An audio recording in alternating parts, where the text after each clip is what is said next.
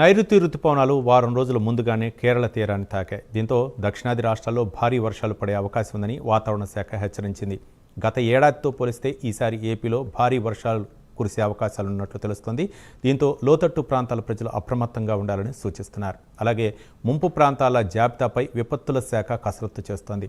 విపత్తులను ఎదుర్కొనేందుకు AP SDRF, NDRF బృందాలను సిద్ధం చేస్తున్నారు. మరోవైపు ఈ నెల 27న బంగాళాఖాతంలో మరో అల్పపీడనం ఏర్పడే అవకాశం ఉందని తెలిపింది. దీనిపై మరిన్ని వివరాలు మా కరెస్పాండెంట్ చంద్రశేఖర్ అందిస్తారు. చంద్రశేఖర్,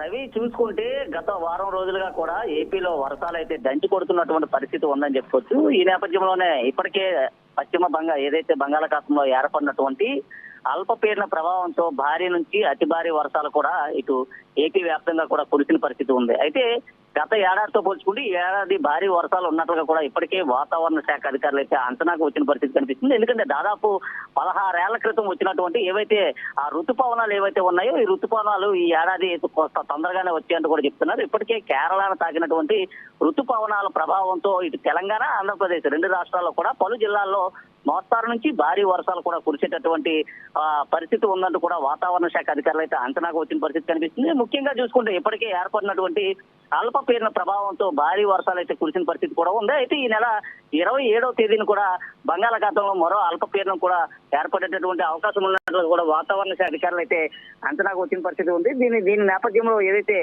లోతట్టు ప్రాంతాల్లో ఉన్నటువంటి ప్రజలందరినీ కూడా సురక్షిత ప్రాంతాలకు తరలించేందుకు ఇప్పటికే కూడా అధికారులు అయితే అన్ని రకాల రక్షణ చర్యలు కూడా చేపడుతున్న పరిస్థితి కనిపిస్తుంది. ముఖ్యంగా చూసుకుంటే ఏపీ వ్యాప్తంగా ఉన్నటువంటి ఏలూరు, నెల్లూరు, గుంటూరు, గూడూరు, తెనాలి, అలాగే బాపట్ల, విశాఖ, శ్రీకాకుళం, విజయనగరం, అల్లూరు జిల్లాకు సంబంధించి కానీ లేదా పార్వతీపురం కానీ అలాగే ఇక అనకాపల్లి జిల్లా, అటు తిరుపతి, చిత్తూరు ఈ ప్రాంతాల్లో కూడా మోస్తారు నుంచి భారీ వర్షాలు అయితే ఇప్పటికే కురుస్తున్న పరిస్థితి కనిపిస్తుంది. ఈ భారీ వర్షాల కారణంగా లోతట్టు ప్రాంతాలన్నీ కూడా జలమయమైనటువంటి పరిస్థితులు కూడా కనిపిస్తున్నాయి. ఈ నేపథ్యంలో ఇప్పటికే ఎన్డీఆర్ఎఫ్, ఎస్డీఆర్ఎఫ్ బృందాలను కూడా ఏపీ విపత్తుల శాఖ కూడా రంగంలోకి దించిన పరిస్థితి కనిపిస్తుంది. ఏదైతే లోతట్టు ప్రాంతాలు ఉన్నాయో లోతట్టు ప్రాంతాల్లో ఉన్నటువంటి ప్రజలను సురక్షిత ప్రాంతాలకు తరలించేందుకు చర్యలు చేపట్టడంతో పాటు వారికి త్రాగేందుకు త్రాగునీరు, అలాగే తినేందుకు ఆహారాన్ని సిద్ధం చేయాలంటూ కూడా ఇప్పటికే ఆయా జిల్లా కలెక్టర్లు కూడా ఆదేశాలు జారీ చేసిన పరిస్థితి కనిపిస్తుంది. అలాగే ఏదైతే ఉన్నటువంటి రిజర్వేర్స్ కానీ, డ్యామ్స్ కానీ వీటిలో ఉన్నటువంటి నీటి మట్టాలను కూడా వాటి పరిస్థితిని కూడా ఇప్పటికే ఎప్పటికప్పుడే రాష్ట్ర ముఖ్యమంత్రి కూడా అడిగి తెలుసుకున్నటువంటి పరిస్థితి ఉంది. ఏదైతే రానున్నటువంటి వర్షాకాలం నేపథ్యంలో ముందుగానే వస్తున్నటువంటి వర్షాలు ఏవైతే ఉన్నాయో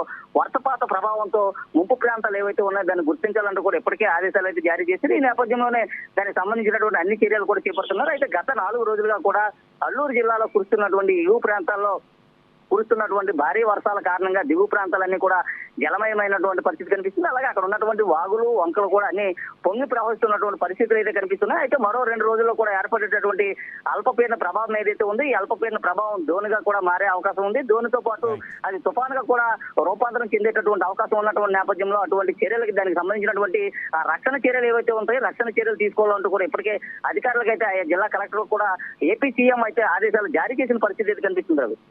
థ్యాంక్ యూ చంద్రశేఖర్.